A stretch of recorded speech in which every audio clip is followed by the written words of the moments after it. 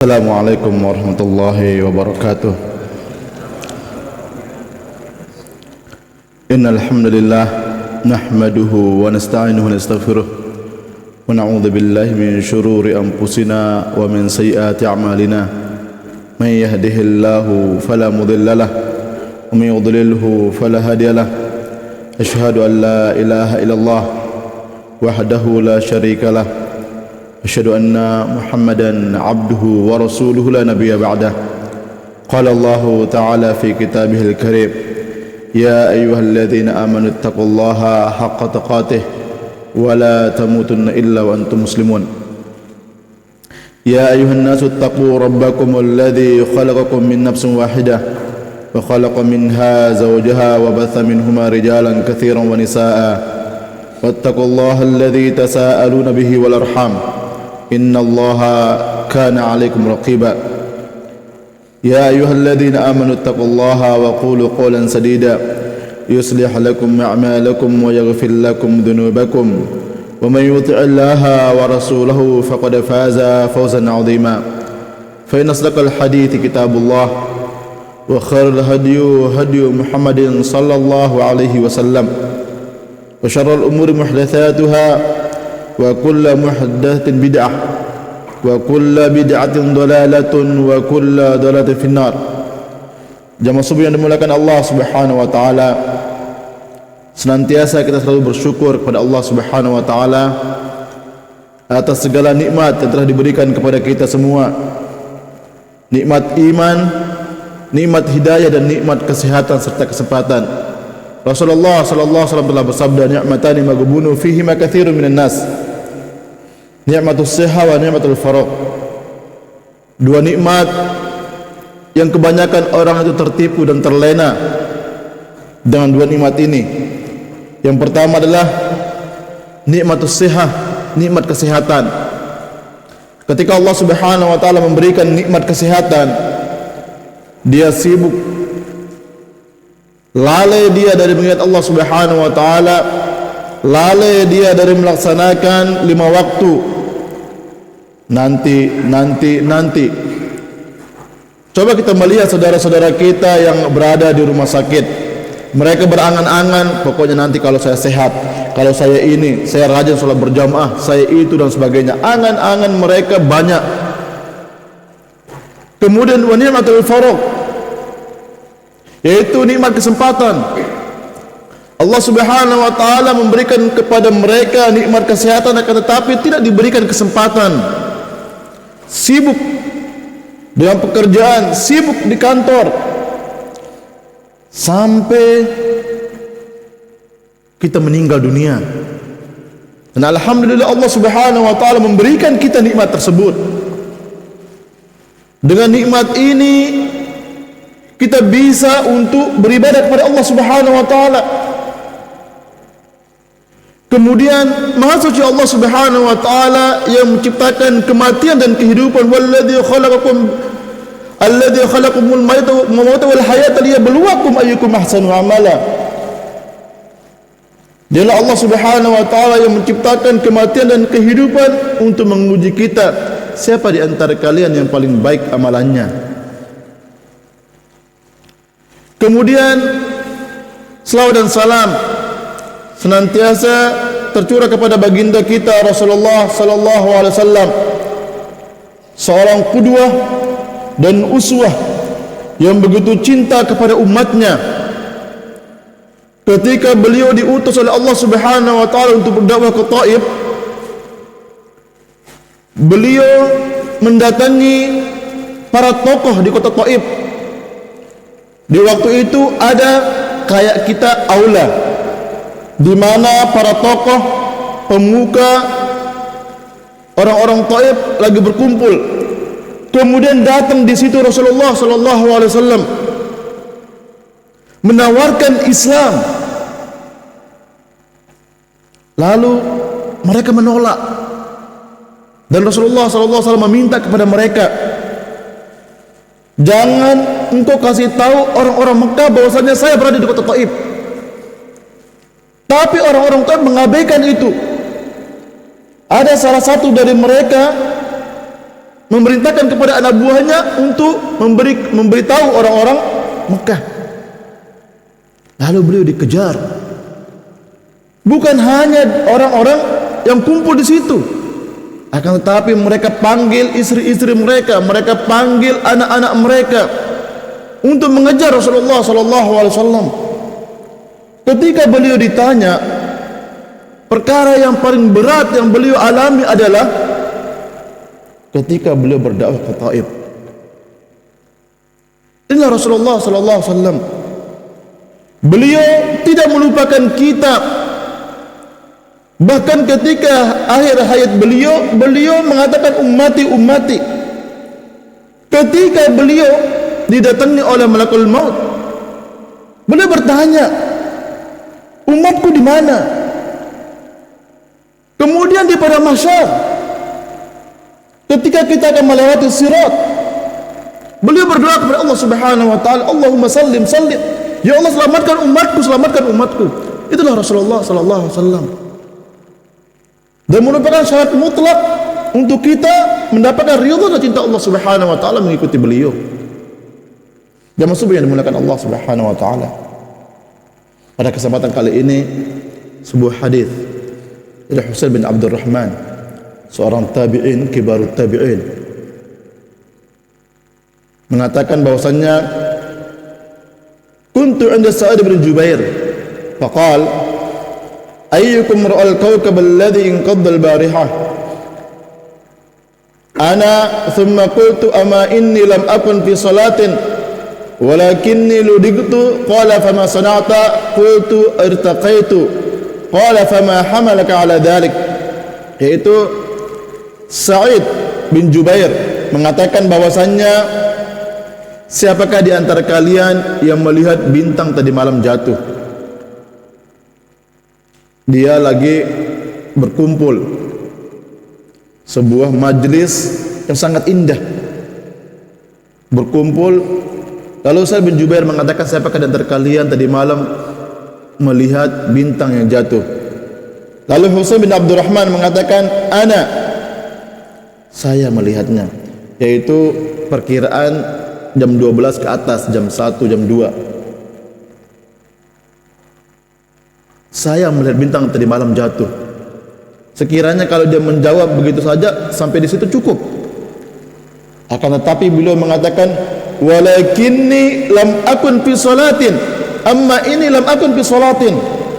Akan tetapi saya tidak sholat pada waktu itu.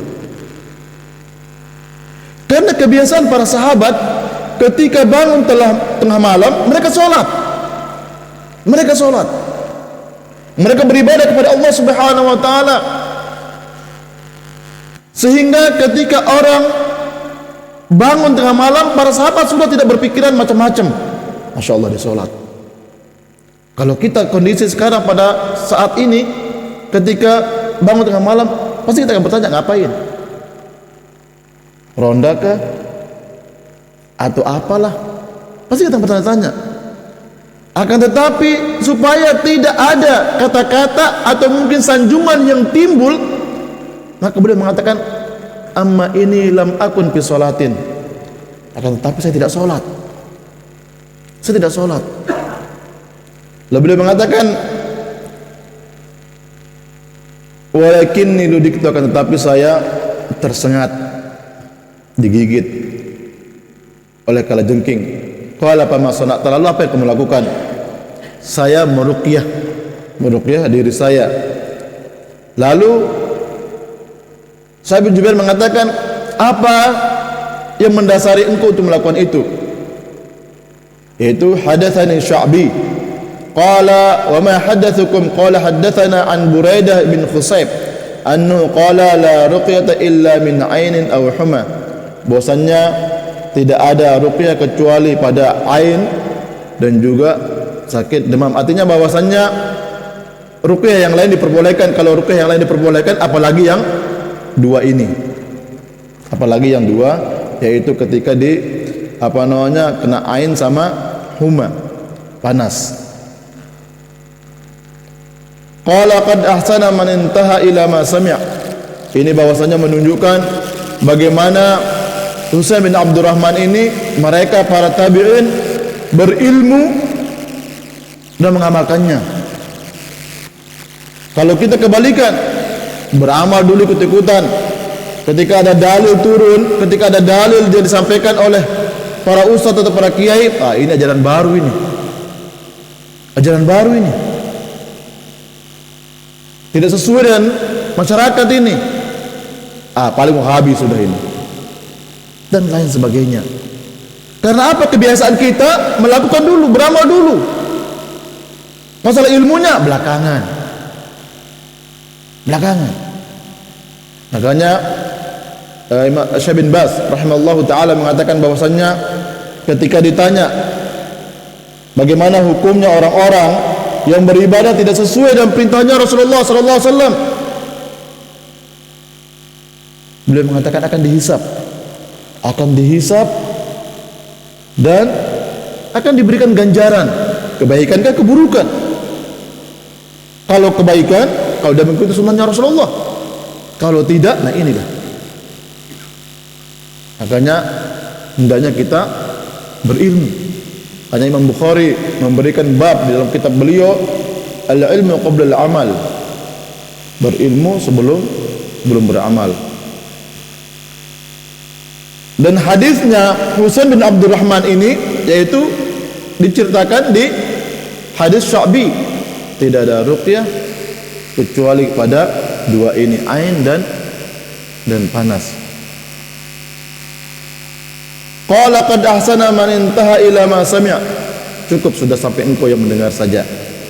Akan tetapi walakin haddatsana Ibnu Abbas anin Nabi sallallahu alaihi wasallam anna qala uridat alayya al-umam, yaitu Ibnu Abbas menceritakan kepada saya dari Rasulullah sallallahu alaihi wasallam, suatu ketika saya diperlihatkan sekelompok orang, uridat alayya al-umam,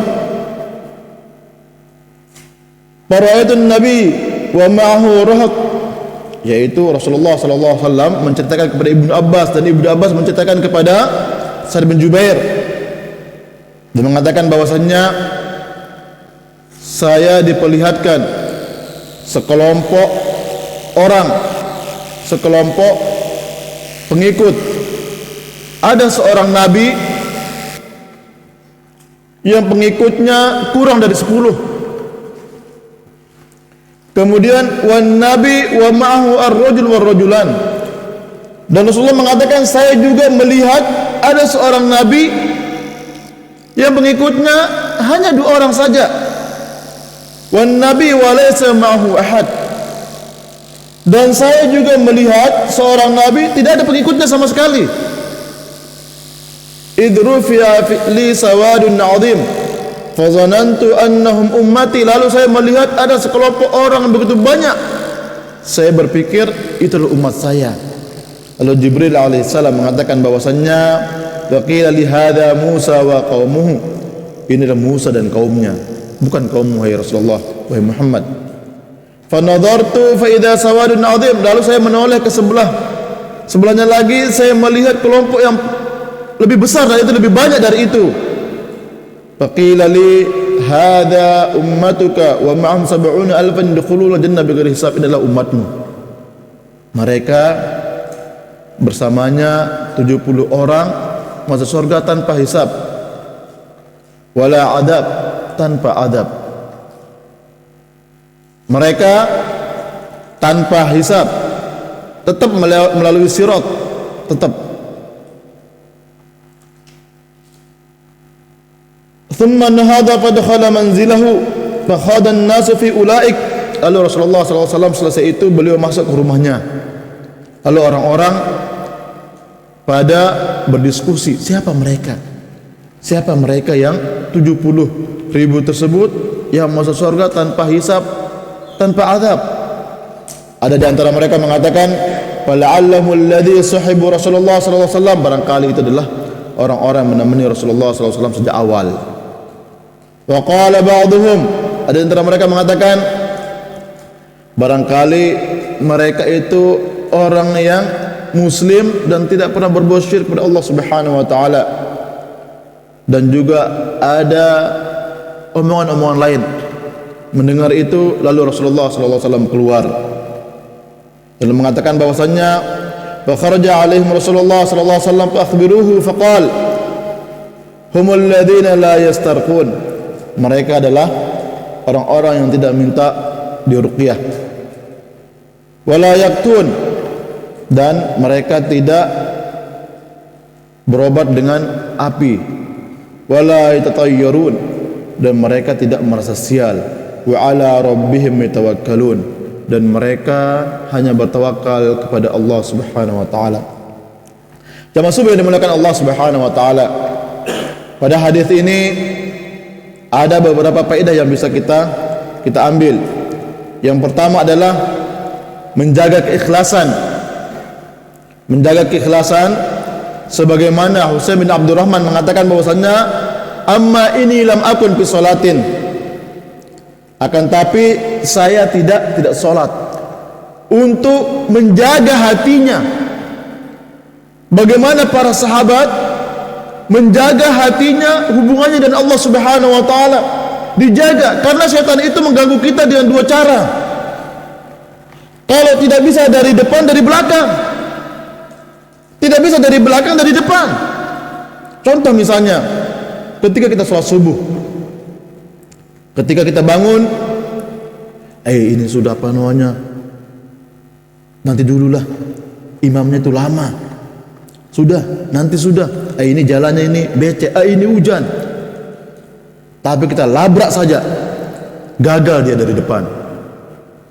Sekarang dari belakang, selesai sholat, timbul dalam hati, Masya Allah, kamu hebat, kamu bisa sholat subuh sekarang.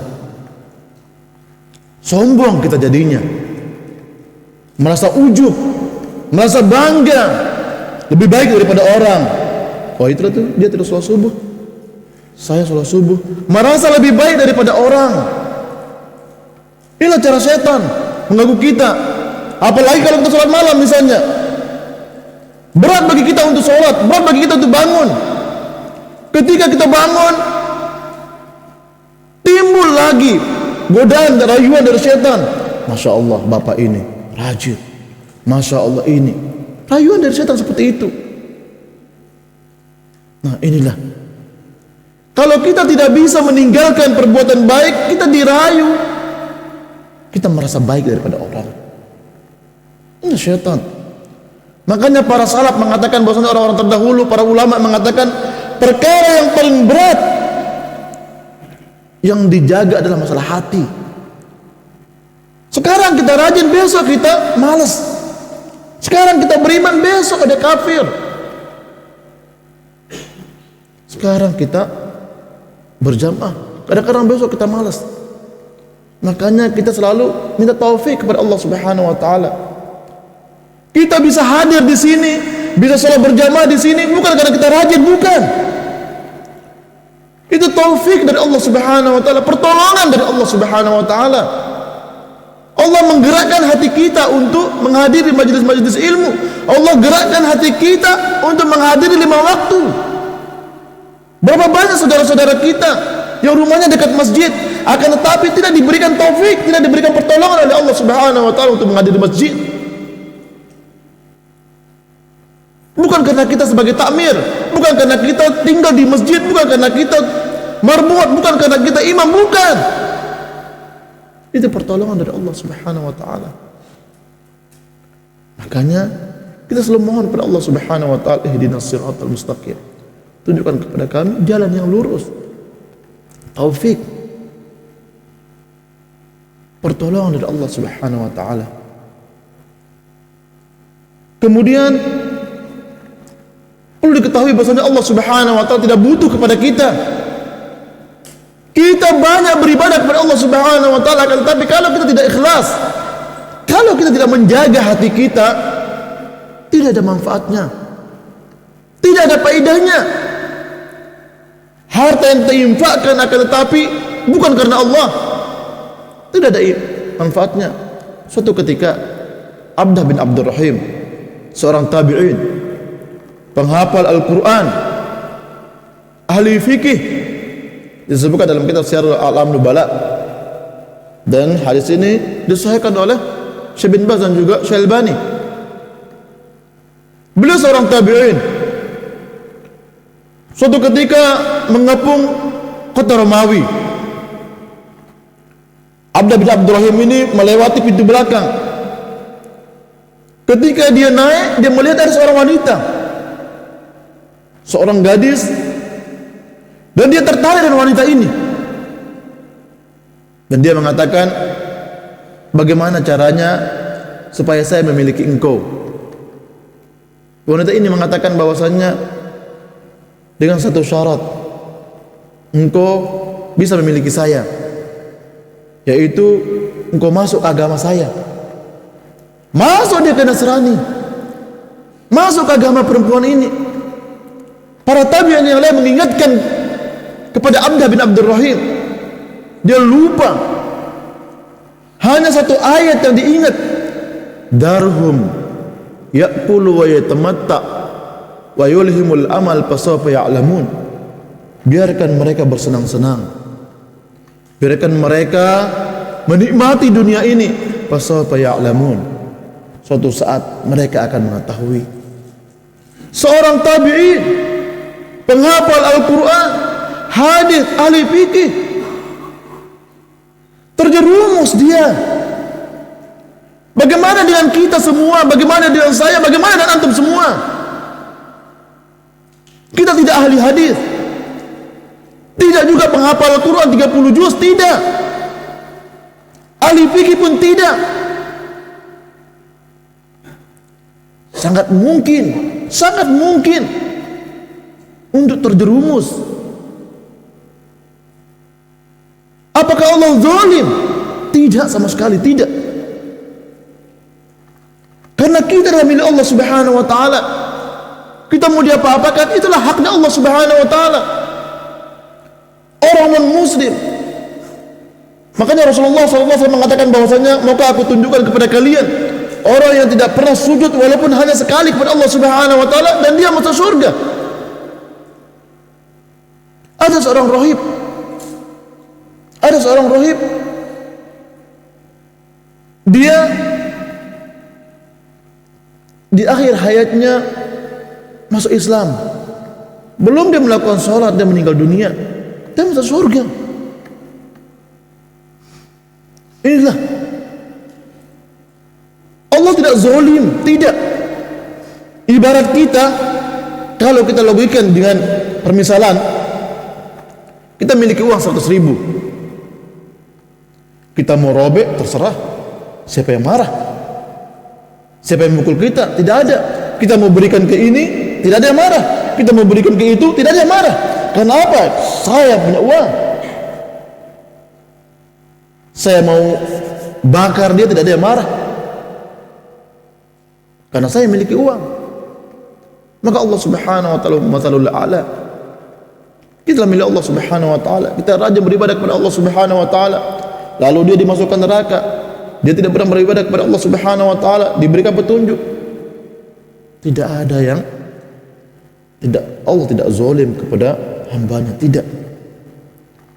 Tugas kita berusaha untuk menjaga hati ini.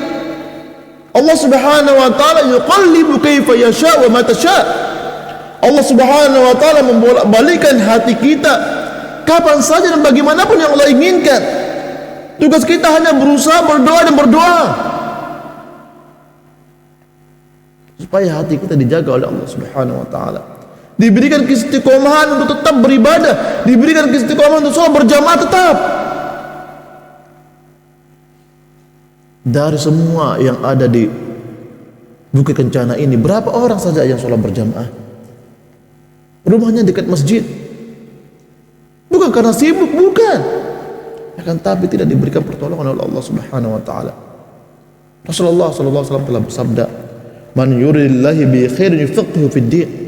Barang siapa yang Allah inginkan berikan kebaikan kepadanya, yufaqihu fid din, dipahamkan kepadanya agama. Syekhul Islam Ibnu Taimiyah rahimahullah ta'ala mengatakan bahwasannya dari hadis ini Artinya bahwasanya sekiranya kalau Allah tidak menginginkan kebaikan kepada hambanya, dia tidak dipahamkan agama. Sehingga dengan hadis ini kita bisa mengintrospeksi diri, kita bisa cross check diri kita ketika ada majelis ilmu, apalagi ada grup WA, grup WhatsApp.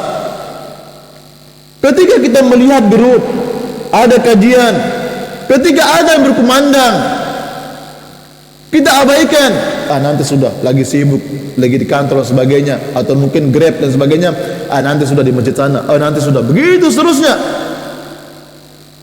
Bukan karena dia sibuk, bukan berarti Allah Subhanahu wa taala tidak menginginkan kebaikan kepadanya. Karena Rasulullah mengatakan, man yuridillahi bi khairin yufaqihu fid din. Barang siapa yang Allah inginkan kebaikan kepadanya, dia akan dipahamkan agama. Kalau kita tidak paham agama, berarti Allah tidak menginginkan kebaikan kepada kita. Kalau Allah tidak menginginkan kebaikan kepada kita, kita akan beribadah sesuai dengan masyarakat saja. Sudah masyarakat saja. Kemudian selanjutnya, sebagaimana juga hadis Rasulullah SAW diriwayatkan oleh Imam Muslim, ada 3 golongan, ada 3 kelompok. Yang pertama, kelompok pertama ketika Allah Subhanahu wa taala memanggil mereka nanti di pada mahsyar, Allah Subhanahu wa taala bertanya kepadanya, apa yang kau gunakan dengan nikmat yang kuberikan kepadamu? Lalu dia mengatakan, saya gunakan nikmat tersebut berperang di jalanmu. Lalu Allah Subhanahu wa taala mengatakan, kau tipu saja, kau tipu. Itu kau pandai berpedang, kau pandai memanah, kau pandai bela diri, kau pandai bergulat, kau gunakan itu berjihad supaya engkau dikira pemberani. Allah Subhanahu wa taala memanggil malaikatnya, seret dia ke neraka, diseret dia ke neraka. Padahal kita melihat dia orang berjihad. Lalu kelompok yang kedua, apa yang kau gunakan dengan nikmat yang kuberikan kepadamu? Engkau pandai ceramah, engkau pandai mengaji, engkau pandai bisa bahasa Arab dan sebagainya. Apa yang kau gunakan? Oh, saya gunakan untuk berceramah, ngisi kajian, kemudian ini. Lalu Allah Subhanahu wa taala mengatakan, kau tipu. Lalu Allah Subhanahu wa taala mengatakan, kau gunakan itu supaya engkau dikira pintar ceramah, pintar bahasa Arab, pintar mengaji. Lalu dipanggil malaikat seret ke neraka. Kelompok yang ketiga, apa yang kau gunakan dengan nikmat yang kuberikan kepadamu, dengan harta, dengan kekayaan yang aku berikan kepadamu? Lalu dia mengatakan, tidak ada satu masjid pun melainkan saya berimpak di sana. Lalu Allah mengatakan, kau tipu juga itu. Kau gunakan nikmat itu supaya engkau dikira orang dermawan, orang royal. Lalu Allah Subhanahu wa taala masukkan mereka ke dalam nerakanya. Inilah masalah keikhlasan, masalah hati, harus kita jaga. Semua orang bisa kena, semua orang bisa kena. Ini seorang tabi'in saja seperti itu, apalagi dengan kita. Maka hendaknya selalu kita berdoa kepada Allah Subhanahu wa taala agar kita diberikan taufik, agar kita diberikan pertolongan oleh Allah Subhanahu wa taala. Kemudian yang selanjutnya, yaitu tadi kita berilmu dulu sebelum kita beramal, supaya kita tidak disiksa oleh Allah Subhanahu wa taala. Supaya kita tidak disiksa. Karena sekarang kalau kita beribadah, tidak ada contohnya dari Rasulullah SAW mengamalkan amalan-amalan, kemudian tidak ada contohnya dari Rasulullah, lalu kita dilarang seperti itu, pasti kita akan memberontak, pasti kita akan perang. Kenapa? Ini baik, ini baik. Karena apalagi sekarang, di zaman sekarang ini, syubhat-syubhat banyak sekali, syubhat-syubhat. Yang penting kebaikan, masa dilarang, masa ini, padahal itu ditolak. yang tidak ada contohnya dari Rasulullah, itu pun ditolak bagaimanapun. Baiknya itu ditolak. Nah, hendaknya kita selalu sesuai dengan petunjuknya Rasulullah SAW. Hendaknya kita berilmu sebelum kita beramal. Makanya suatu ketika ada di Timika dulu, ada seorang perempuan, Pak Ustadz, ini sudah berapa minggu ini saya tidak ada pelanggan. Saya tanya, ibu jualan apa? Terus dia tinggal di Kilo 9. Kilo 9 itu tempatnya lokalisasi. Saya tanya dia, ibu jualan apa? Saya tinggal di situ, Ustaz. Saya belum ngeh. Saya tinggal di sana. Baru saya paham, ternyata dia pelacur. Saya mau kasih, dia minta resep karena 2 minggu pelanggannya nggak datang-datang. Dia minta resep, astagfirullahaladzim. Dia bilang, ibu banyak istighfar saja. Berapa kali Ustaz? Tidak perlu ditentukan, istighfar saja. Bertobat kepada Allah supaya Allah Subhanahu wa taala mengampuni dosa-dosa kita. Pergi dia, ya Ustaz. Bulan berikutnya dia datang bawa orang lagi. Pakai ranking datang. Ustaz, terima kasih, pelanggan saya sudah datang semua. Diamalkan istighfar, diamalkan. Saya suruh dia beristighfar, diamalkan istighfar itu. Pelanggan saya sudah datang, Ustaz. Ini sekarang dia minta lagi ini ijazah istighfar. Astagfirullahaladzim. Nah, dia beramal tidak sesuai contohnya Rasulullah SAW. Tercapai apa yang diinginkan. Akan tetapi mardud ditolak oleh Allah Subhanahu wa taala. Hendaknya kita berilmu sebelum kita beramal. Kemudian selanjutnya, bahwasanya hidayah itu ada di tangan Allah Subhanahu wa taala. Sampai jam berapa? Sampai jam berapa?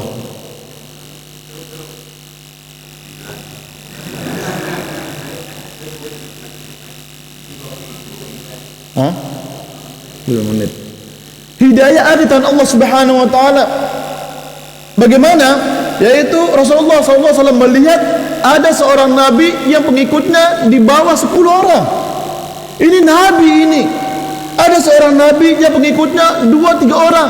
Ada seorang nabi yang tidak memiliki pengikut sama sekali. Ini seorang nabi, apalagi seorang ustaz, apalagi model saya. Hidayah ada di tangan Allah Subhanahu wa taala, bukan di tangannya ustaz, bukan. Bukan di tangannya kiai, bukan. Allah. Bukan di tangannya Rasulullah pun bukan. Bukan di tangan Rasulullah. Rasulullah SAW tidak bisa memberikan hidayah kepada pamannya. Ya ammi qul la ilaha illallah kalimatan yuhajju laka biha indallah. Wahai paman, katakanlah la ilaha illallah, sebuah kalimat yang bisa aku bela engkau nanti di sisi Allah Subhanahu wa taala. Tidak bisa diucapkan oleh pamannya yang cinta kepada beliau. Ini Rasulullah. Kemudian di hadis lain bahwasanya Rasulullah SAW mendatangi budaknya, seorang Yahudi. Dia sakaratul maut. Sebelum dia meninggal dunia, dia bisa mengucapkan syahadat. Rasulullah SAW bahagia, senang.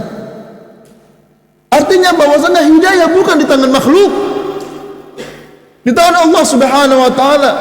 Siapapun yang diinginkan diberikan hidayah oleh Allah Subhanahu wa taala, tidak ada yang menolaknya. Siapa yang Allah sesatkan, tidak ada yang bisa memberikan petunjuk.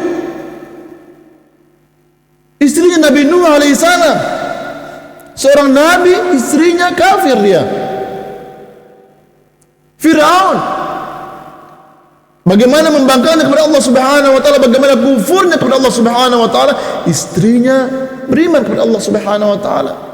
Hidayah ada di tangan Allah, bukan di tangan kiai, bukan di tangan ustaz. Di sebuah kampung Antakya di daerah Turki, Allah Subhanahu wa taala mengutus seorang nabi. Nabi yang pertama ditolak pula. Nabi yang kedua ditolak pula. Lalu Allah Subhanahu wa taala mengirim nabi yang ketiga. Allah Subhanahu wa taala mengatakan, menyebutkan kisah dalam Yasin, azzazna bi tsalits. Kami kuatkan dengan yang ketiga. Tapi tetap mereka mengatakan, ini gara-gara kalian ini bertiga ini. Gara-gara kalian ini 3 orang ini membuat kami di kampung ini menjadi sial. Berpecah belah.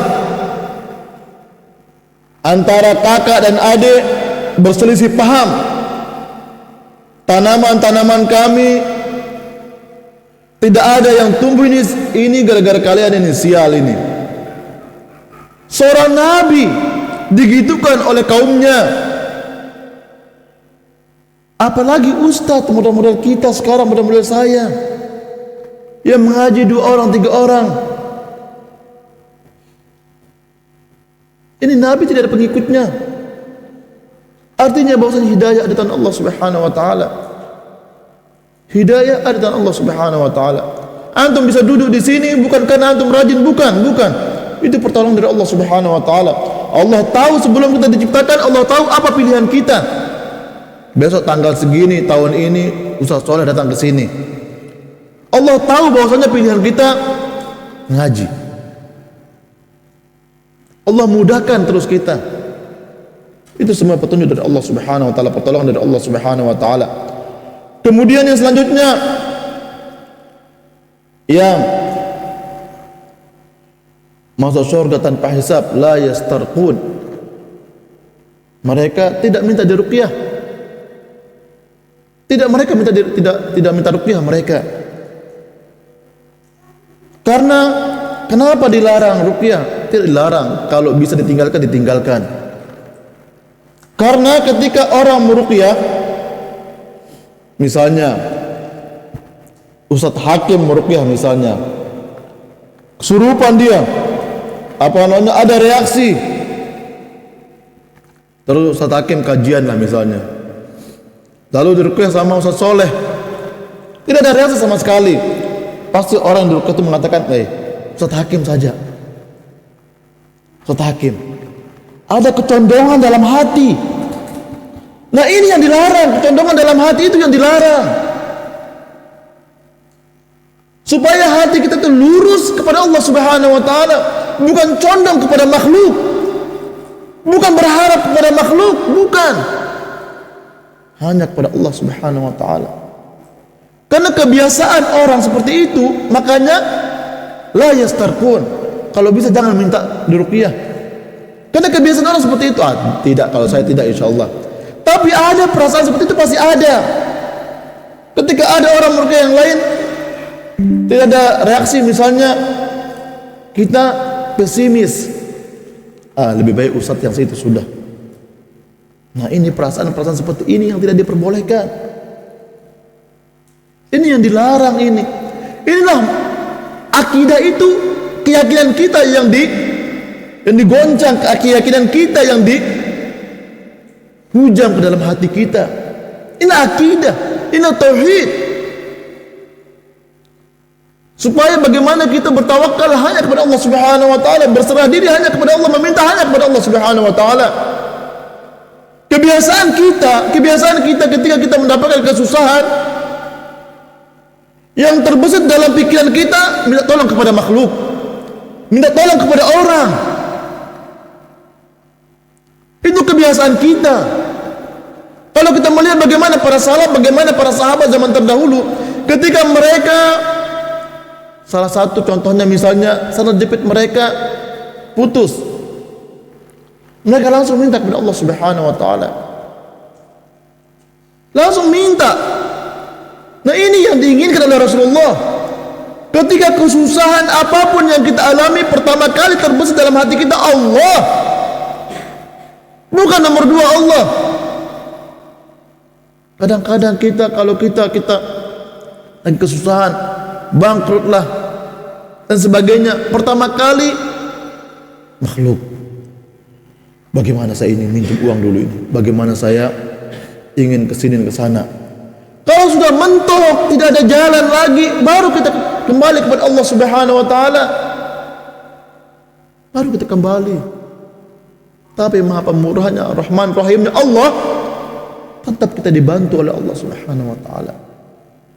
Tetap kita ditolong oleh Allah Subhanahu wa taala. Bagaimana besar cintanya Allah Subhanahu wa taala kepada hambanya. La yastarqun. Hendaknya dia jangan minta diruqyah. Kalau bebas dari yang pertama ini, ada harapan mungkin termasuk golongan 70 orang masuk surga tanpa hisab, tanpa azab. Karena nanti pada mahsyar itu orang yang berbuat syirik dia tidak lewat sirat, langsung nyemplung. Orang kafir dia tidak melewati sirat, langsung nyemplung. Orang mukmin yang bermaksiat kepada Allah Subhanahu wa taala dan taat beribadah kepada Allah Subhanahu wa taala melewati itu. Tergantung amalannya, mereka melewati sirat ini. Dan itu pasti dan wajib kita lalui, wajib. Tinggal kita menunggu waktu saja. Sementara tanda-tanda untuk menuju ke sana sudah ada. Rambut sudah putih, tulang belulang sudah lemah. Itu tanda-tanda untuk menuju ke sana. Maka hendaknya kita pacu seperti orang balapan kuda. Ketika mencapai garis finish, dia pacu kudanya supaya dia yang pertama masuk finish. Kita ini sudah masuk finish ini, 40 ke atas sudah kita mau masuk finish ini. 40 ke atas. Maka hendaknya kita pacu diri kita untuk beribadah kepada Allah Subhanahu wa taala. Kalau kita Ibnu Qayyim Al-Jauzi rahimallahu taala mengatakan bahwasannya kalau orang umur 40 ke atas, dunia lebih besar di hati, celaka dia. Celaka kita. Kalau masih umur 40 kita memikirkan dunia, kemudian sia-sia waktu kita. Masya Allah, di sini menuntut ilmu, sarana-sarana untuk menuntut ilmu banyak sekali. Antum di kota, Masya Allah, suatu nikmat yang paling besar. Di sana, saya di sini sekarang kajian tutup di sana. Tanya kapan pulang, kapan pulang. Inilah nikmatnya ilmu. Internet ada. Itu lagi pertolongan dari Allah Subhanahu wa taala. La yastarqun wa la yaktun. Dan mereka tidak berobat dengan kai, dengan api. Wa la tatayyarun. Dan mereka tidak merasa sial. Tidak merasa sial. Tidak ada kesialan kecuali telah diatur oleh Allah Subhanahu wa taala, telah ditakdirkan oleh Allah Subhanahu wa taala. Oh, ini gara-gara ini, gara-gara itu dan sebagainya. Tidak ada. Rasulullah sallallahu alaihi wasallam mengatakan bahwasanya hadisnya disahihkan oleh Syalbani rahimallahu taala bahwasanya tidak ada kesialan kecuali pada 3 tempat. Dan tidak boleh dijabarkan, tidak boleh dikiaskan, tidak ada, hanya 3 ini saja. Tidak ada kesialan kecuali pada 3 tempat. Yang pertama, kendaraan. Kalau motor kita mungkin sering tabrakan, ngojek, Grab, sehari sehat, 6 hari sakit. Coba ikhtiar untuk ganti. Kemudian tempat tinggal. Kalau tinggal di situ mungkin sakit-sakitan atau usaha seret. Coba ikhtiar untuk cari tempat lain. Yang ketiga, saya tidak sarankan ganti istri.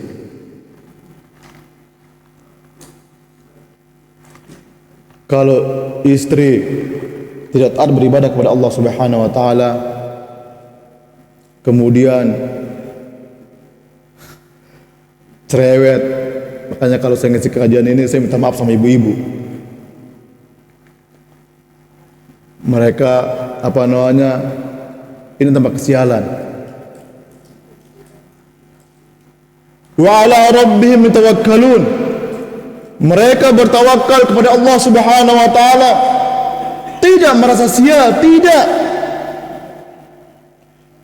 Keyakinan seseorang, keyakinan orang-orang Arab terdahulu, ketika mereka ingin keluar dari rumahnya, ketika mereka ingin safar, mereka menerbangkan burung. Kalau burung terbangnya ke depan, dia ulang lagi. Kalau burung itu terbangnya ke kiri, dia ulang lagi.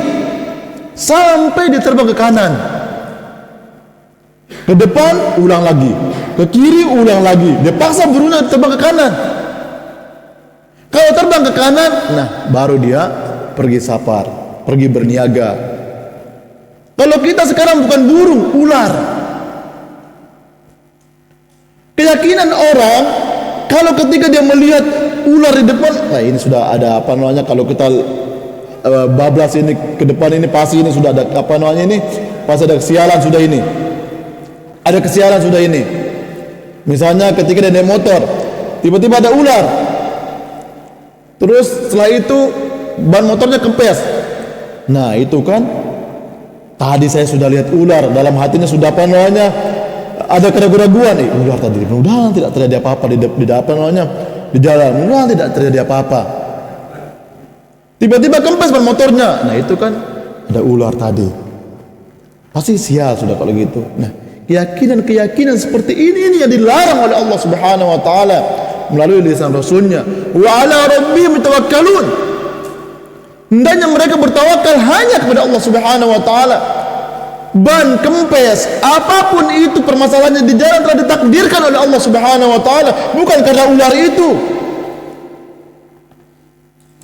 Kemudian ketika keluar juga, kadang-kadang kalau orang Jawa biasa kalau hari Selasa sial biasanya.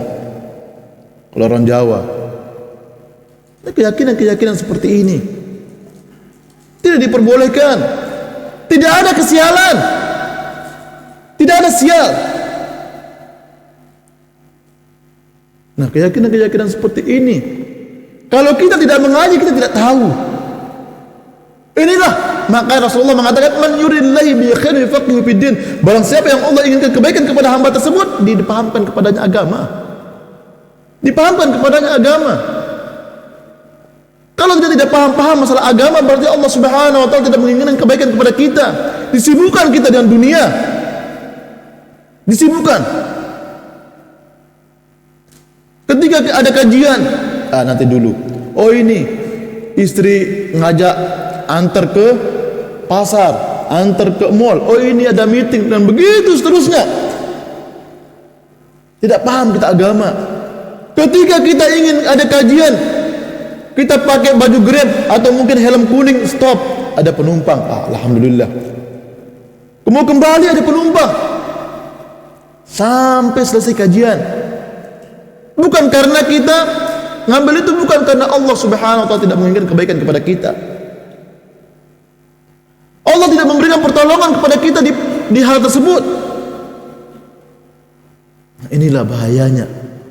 Makanya hendaknya selalu kita introspeksi diri kita. Selalu kita memohon kepada Allah Subhanahu wa taala agar kita diberikan taufik, diberikan pertolongan oleh Allah Subhanahu wa taala. Pertolongan ini adalah perkara yang sangat mahal. Sangat nikmat yang sangat besar. Pertolongan, taufik dari Allah Subhanahu wa taala, hidayah dari Allah Subhanahu wa taala. Kadang-kadang kalau Allah sudah diberikan hidayah, dia bisa berubah lagi. Makanya Syekh bin Baz rahimahullah ta'ala mengatakan bahwasannya salah satu perkara yang besar yang bisa membuat kita tidak mendapatkan hidayah adalah kita merendahkan saudara kita. Merendahkan saudara kita, misalnya sekarang dia tidak sholat, lalu kita mengejeknya, kita mengata-ngatainya, dia tidak sholat karena kita sholat. Maka itu adalah perkara yang besar yang bisa Allah Subhanahu wa taala menjadikan kita seperti dia. Dan para salaf mengatakan bahwasannya Allah tidak akan mencabut nyawa seseorang sampai dia menjadi orang yang diejek itu. Ini bahayanya. Makanya kita jaga hati kita. Kita jaga hati kita. Kalau kita ngejek saudara kita, kita tidak akan dicabut nyawa kita sampai kita menjadi orang seperti itu. Inilah taufik. Hendaknya kita selalu memohon kepada Allah Subhanahu wa taala. Kita berdoa kepada Allah Subhanahu wa taala. Kalau kita sudah diberikan taufik salat 5 waktu, tetap kita minta taufik supaya tidak berubah lagi. Kemudian wa ala rabbihim tawakkalun. Tawakal kepada Allah Subhanahu wa taala, ibadah kepada Allah Subhanahu wa taala, tawakal dan juga berharap.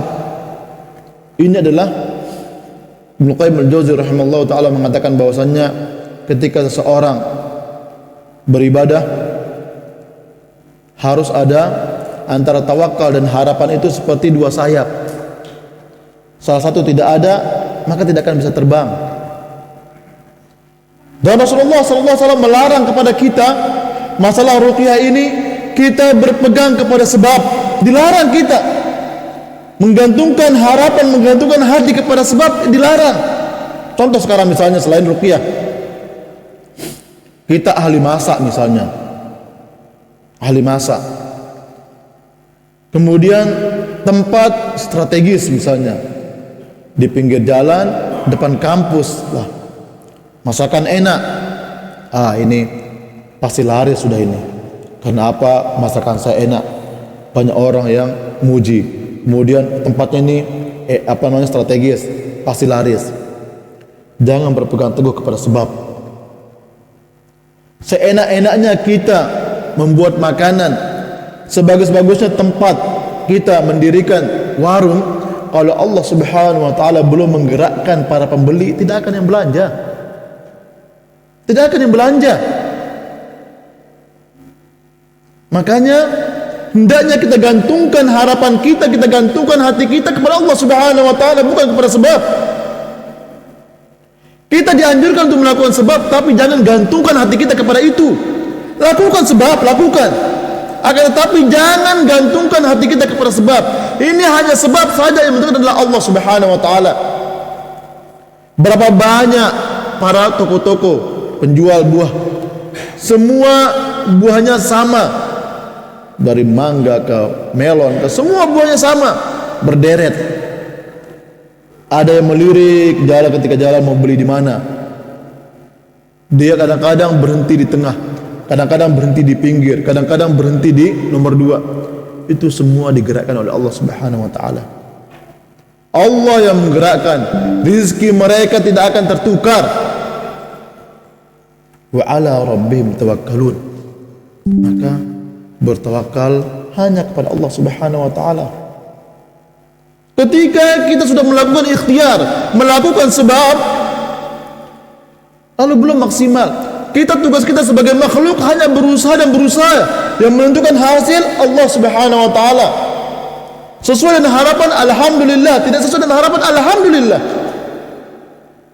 Karena itu sudah ditentukan oleh Allah Subhanahu wa taala.